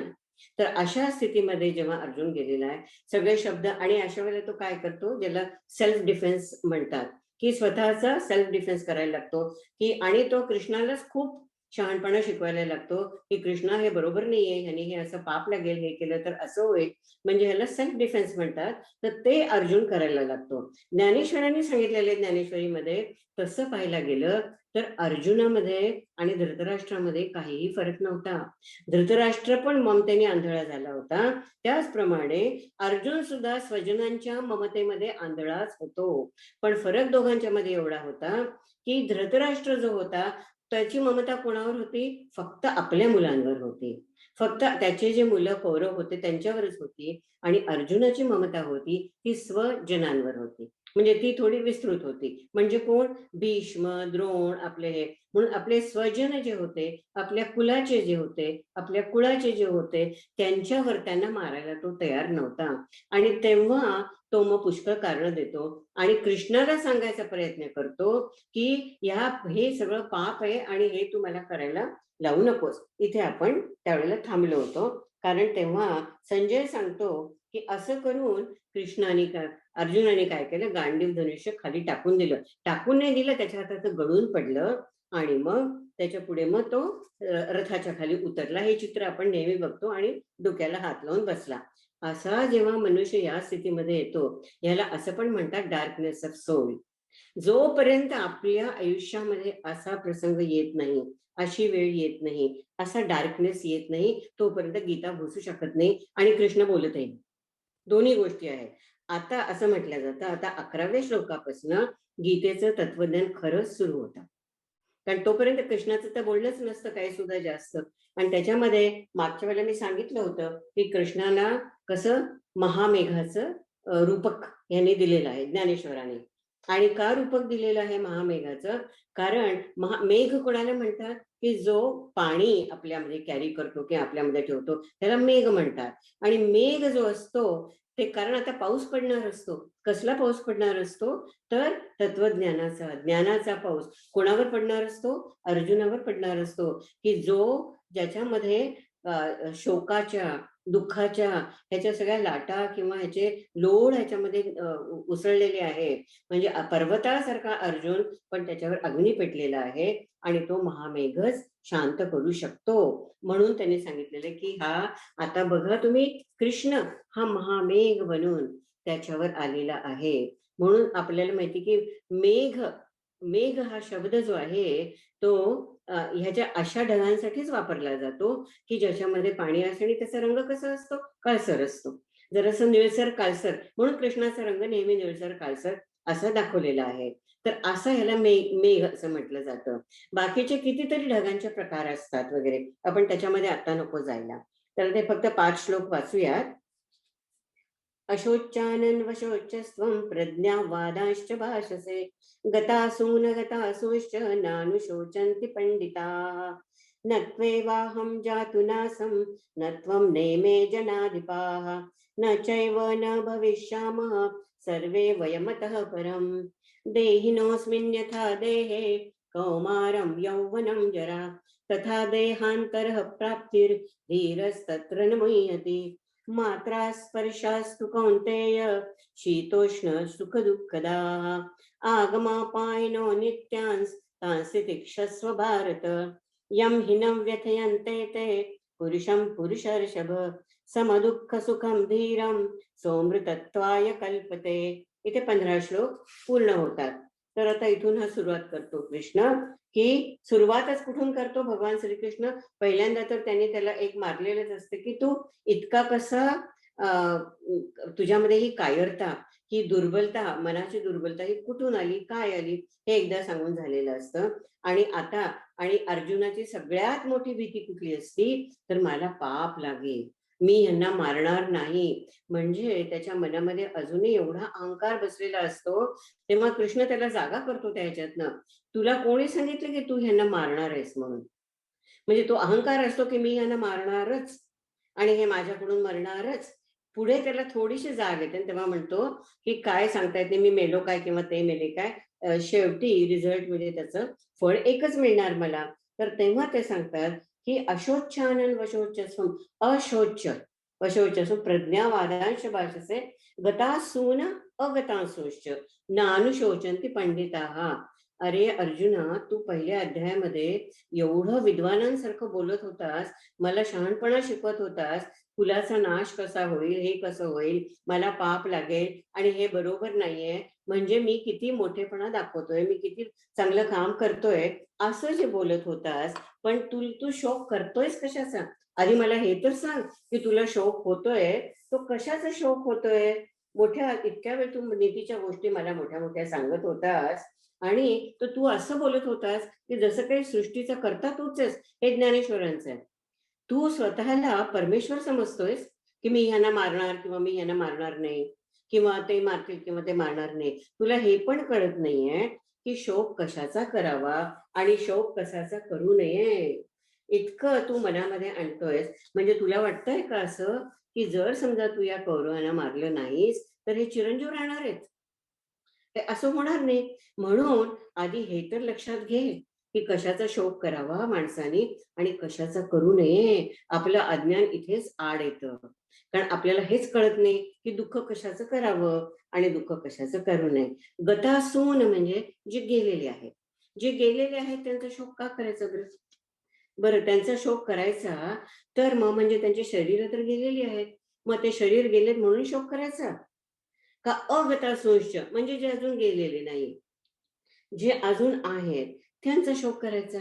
पंडित लोक म्हणजे ज्यांनी ह्याचं तत्व जाणलेलं आहे की कशाचा शोक करावा आणि कशाचा करू नये, ते कशाचा शोक करत नाहीत.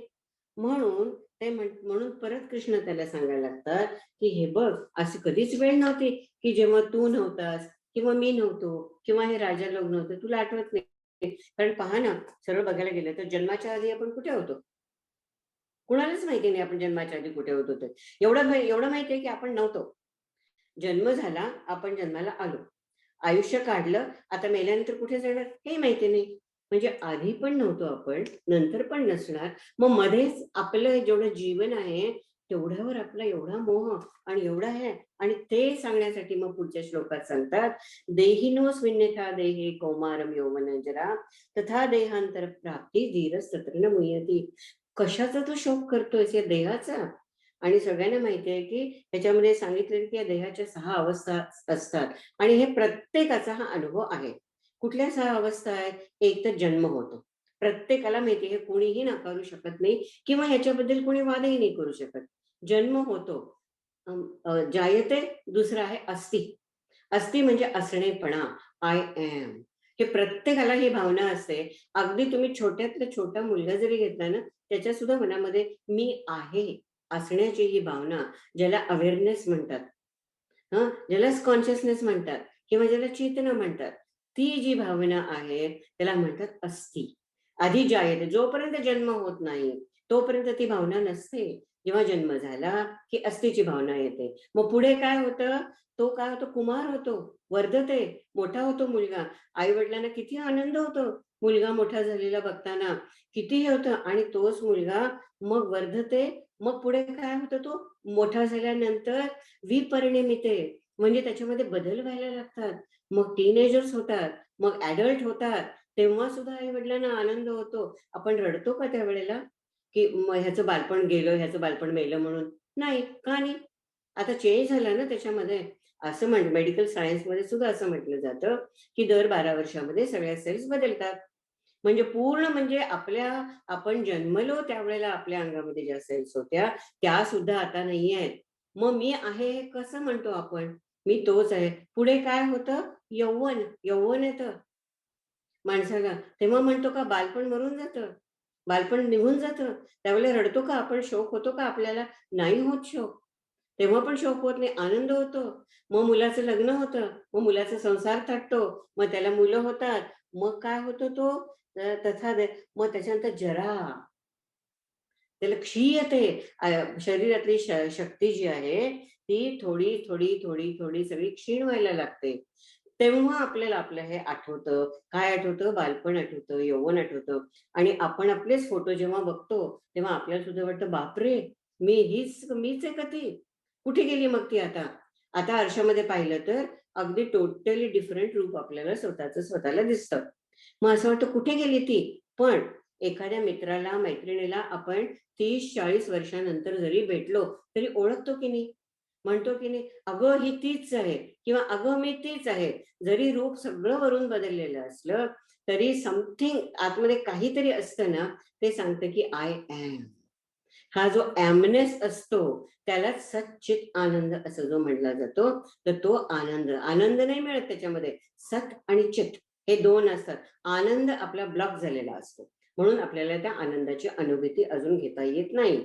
तर पण आय एम आपल्याला जरी एखाद्या अंधाऱ्या खोलीत जरी ठेवलं की जिथे आपल्याला काही दिसत नाही, काही ऐकायला येत नाही, कशाला हात लावता येत नाही, काही नाही, तरी सुद्धा आपल्याला ही पक्की खात्री असते की मी आहे. I am. हा जो एमनेस आहे तो पहिल्यापासून शेवटपर्यंत असतो. त्यालाच म्हणतात आत्मा, त्यालाच म्हणतात जीवात्मा, त्यालाच म्हणतात चेतना, त्यालाच म्हणतात चैतन्य. हे जे आहे तर ते सांगतायत की देह जातो, कारण आपल्याला माहितीये जन्म झाला म्हणजे देह आला आणि जेव्हा माणूस मरतो तेव्हा देह जातो. देहांतर प्राप्ते धीरस्तत्र न मुह्यति, म्हणजे त्या देहाचं काय होतं? दुसऱ्या देहामध्ये तो जो जीव जातो त्या देहाची काय होती? देह बदलतो. आता पुढे त्याचे अजून उदाहरण ते त्याच्यामध्ये देतील. तर त्यावेळेला काय होतं मग? आणि हे जो जाणतो त्याला काय होतं? न मुह्यति म्हणजे त्याला मोह होत नाही. मोह होत नाही म्हणजे मोह होणं म्हणजे एक प्रकृतीचं किंवा मायेचं आपल्यावर आवरण घट्ट बसणं की जे आपल्याला अज्ञानी करून टाकतं आणि जी खरी परिस्थिती आहे त्याची आपल्याला जाणीव करू देत नाही, त्याला म्हणतात ते. आणि आणि नंतरच्या श्लोकांमध्ये ते सांगतात, मग असं का होतं? का आम्ही ह्याच्यातनं जातो? आपल्याला कळायला तर पाहिजे ना की का असं होत आहे मला? मी का ह्याच्यातनं जाते अशी? का मला सुख आणि दुःख यो यो यो यो चाललेलं असतं सारखं? आज सुख मग दुःख. माझं मन का नाही स्थिर राहू शकत? मग त्याच्यासाठी आता हा श्लोक त्यांनी घातलेला आहे.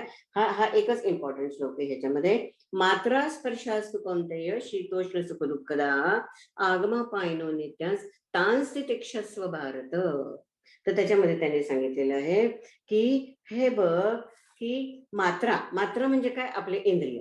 आता पहा आपलं शरीर कशाचं बनलेलं आहे, ते इंद्रियांचं बनलेलं आहे. मग हे कोण काय करतात हे इंद्रिय आपल्याला मात्रा स्पर्श म्हणजे हे बाहेरचं जे जग आहे, ते जे विषय आहेत, ते आपल्याला 5 इंद्रिय दिलेली आहेत. त्या 5 इंद्रियाशिवाय आपलं जीवनच नाहीये. आपण ज्याला जीवन म्हणतो ते डोळ्यांनी बघायला पाहिजे, कानाने ऐकायला पाहिजे, नाकाने वास घ्यायला पाहिजे, हाताने टच करायला पाहिजे आणि रसनेने त्याचा अनुभव घ्यायला पाहिजे. जे आपण खातो वगैरे ते वेगवेगळे आपण खाद्यपदार्थांचं जे सेवन करतो त्याचे रस जे मिळतात, हे 5च आहेत आपल्याकडे इन्स्ट्रुमेंट, बाकी नाहीच आहे दुसरं काही. हे आपल्याला बाहेरचं सगळं जग आपल्याला आतमध्ये आणतात. ह्यालाच म्हणतात इंद्रियाधीनता. आपण ह्याच्या इतके अधीन झालेलो आहोत की हे इंद्रिय इतके ते स्ट्रॉंग होऊन जातात की त्या आपल्या अंतःकरणाला आपल्या कंट्रोलमध्ये घेऊन टाकतात. कुठलं अंतःकरण? मन, बुद्धी, चित्त, अहंकार हे आपलं अंतःकरण आहे, जे आपल्याला दिसत नाही. आपल्याला कोणी सांगायला विचारलं तर आपण सांगू शकत नाही मन कुठे आहे, बुद्धी कुठे आहे, अंतःकरण कुठे आहे, पण त्याची फळं दिसतात आपल्याला. ते आपण पुढे कधीतरी बोलूया.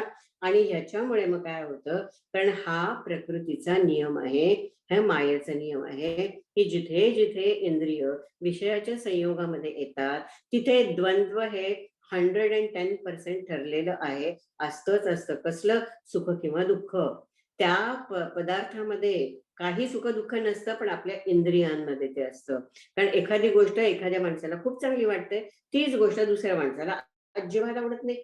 म्हणून आणि हाच मोह आहे. आणि हा अंतःकरणाला एवढा मोहून टाकतो की आपल्याला ते समजत सुद्धा नाही. आणि ह्या ज्ञानेश्वरांनी एवढं छान उदाहरण दिलेलं आहे याच्यामध्ये. तर त्यांनी काय सांगितलं की ज्याप्रमाणे मृगजळाच्या मागे आपण धावलो, काही होतो का उपयोग त्याचा? होत नाही. नुसतं धावतो आणि आपली तहान तर भागूच शकत नाही त्याने. आणखी नाही, आता ज्ञानेश्वर तर निष्णांत आहेत उदाहरणं देण्यामध्ये.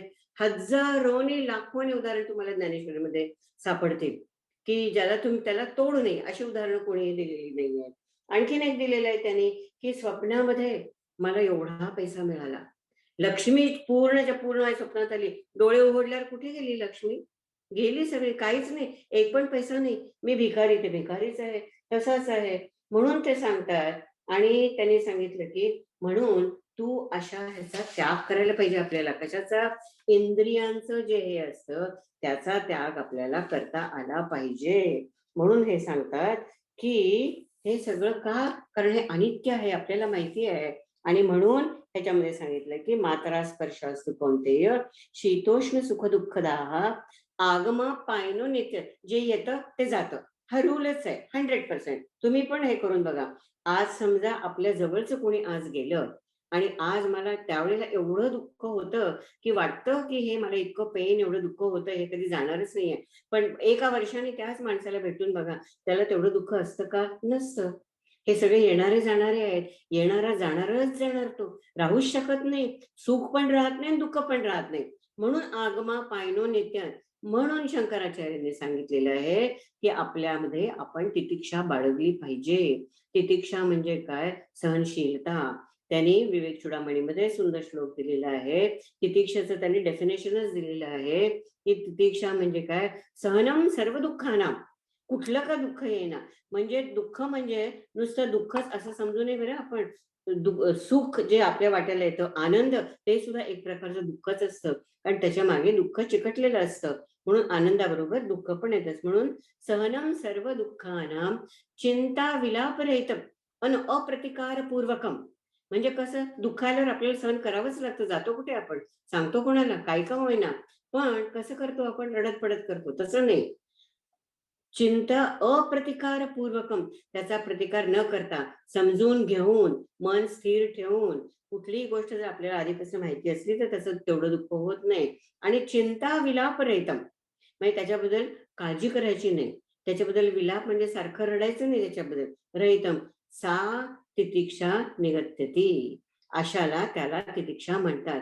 अशी तितिक्षा आपल्या अंगामध्ये बाळगायला पाहिजे आणि ज्यांच्या अंगामध्ये ती बाळगते त्यांना ह्या सुखदुःखाच्या द्वंद्वातून जावं लागत नाही. पूर्ण गीता या द्वंद्वावरच आधारलेली आहे.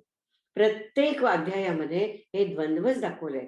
वेगवेगळ्या तऱ्हेने दाखवलंय. प्रत्येक वेगवेगळ्या इंद्रियांचे द्वंद्व दाखवलेले आहेत, गुणांचे द्वंद्व दाखवलेले आहेत, सगळ्या गोष्टींचे अंतःकरणाचे द्वंद्व दाखवलेले आहेत. या द्वंद्वाशिवाय प्रकृतीच नाही, संसारच नाही. म्हणून त्यांनी सांगितलं की जो मनुष्य या सुखाला आणि दुःखाला सारखं समजतो आणि याने व्याकुळ होत नाही, यम हि न व्यथयन्ते ते पुरुषम, पुरुषर्षभ असं म्हटलेलं आहे त्याने. व्याकुळ होत नाही असा माणूसच ह्याच्यातून सुटू शकतो, म्हणजे त्याला मोक्ष मिळू शकतो. आता मोक्ष म्हणजे काय, आपल्याला मिळवायचं का काय, पुढे सगळं येईल. पण म्हणजे आतापर्यंत भगवान श्रीकृष्ण अर्जुनाला हेच सांगू इच्छित आहेत की आपल्या आयुष्यातलं कर्तव्य आधी तू बघ काय आहे. आपण मी मी मी मी म्हणतो, पण आपलं सगळ्यात मोठं कर्तव्य की फाइंड आउट की मी कोण आहे, हू एम आय. रमण महर्षीचं तर पूर्ण तत्वज्ञानच याच्यावर आधारलेलं आहे की मी कोण आहे, हू एम आय, खरं मी कोण आहे. आणि एकदा का आपल्याला आपलं स्वरूप कळलं की आपल्याला ह्या सगळ्यातनं जावं लागत नाही. आणि इथे हे 15 श्लोक संपतात आणि पुढे ते ह्याचं तत्वज्ञान चालूच ठेवतात. दुसरा अध्याय म्हणजे पूर्ण बाकीच्या 16 अध्यायांचं सार आहे. त्यांनी नुसतं धावती टूर म्हणतात ना त्याला, तसं दिलेलं आहे. आणि पुढे सगळं एक्सपांड करून एक एक गोष्ट, एक एक योग, एक एक हे सगळं दाखवलेलं आहे. तर आज मी जास्त 15 मिनिटं जास्त घेतली. सॉरी, तुम्ही सगळ्यांनी इतकं शांतपणे बसून ऐकलं त्याच्याबद्दल अतिशय धन्यवाद. आणि पुढे जेव्हा आपल्याला असा योग येईल तेव्हा आपण पुढचे 5 श्लोक घेऊया. थँक्यू. वा, खूप छान वाटलं. बोलायला लागलात की असं स्पंज बनावं असं वाटतं आणि ते सगळं असं स्पंज कसं सगळं असं शोषून घेतं तसं ते सगळं आत्मसात करावं असं वाटतं. Thank you so much. कार्यक्रमाची सांगता शांती मंत्राने करूया.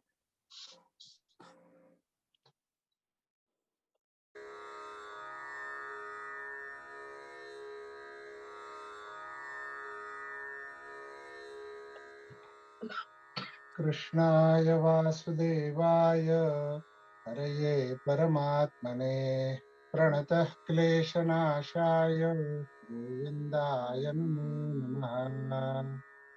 सर्वे भवन्तु सुखिनः, सर्वे सन्तु निरामयाः, सर्वे भद्राणि पश्यन्तु, मा कश्चित् दुःखभाग् भवेत्. ॐ शान्ति शान्ति शान्तिः. हरिः ओम्. श्री गुरुभ्यो नमः. हरिः ओम्.